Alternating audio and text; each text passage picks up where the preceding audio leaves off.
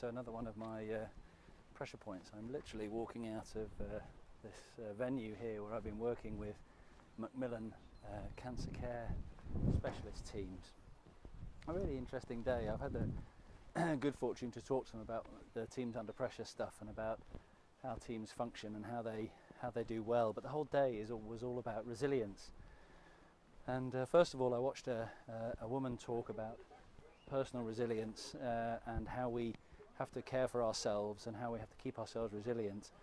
And then I've just been in a session with a mindfulness teacher, a Buddhist teacher, who works in hospices and in cancer care situations.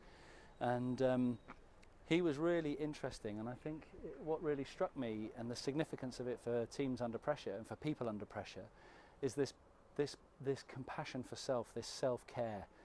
And we drive and we drive and we drive and we push and we push and we push and we get things done and we meet the needs of everyone around us and we overcome all the odds to prevail and we do all this incredible stuff, but our self-care is what often gets forgotten.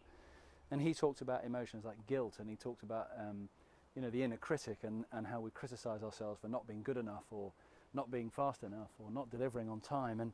And he said none of it is productive. All of it is just doing us harm. And when we're compassionate to ourselves, when our self-care is good, then we're able to give more care to others.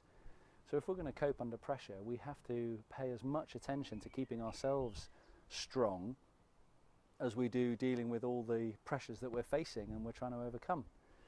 So, I mean, I've had a mindfulness practice myself for the last 2 years, and it's made a big difference to how I manage everyday events and what goes on around me, and my ability to problem solve, and my ability to build relations, and my ability to empathize with others, and my ability to look at options and make good choices. And I think it's something that everybody can learn, but it takes practice. And I think the message to take away from this is how good are you at looking after yourself. Would mindfulness be a good practice for you to calm down some of the negative self-talk and some of the inner critic stuff and make you more effective in the face of challenge and of adversity?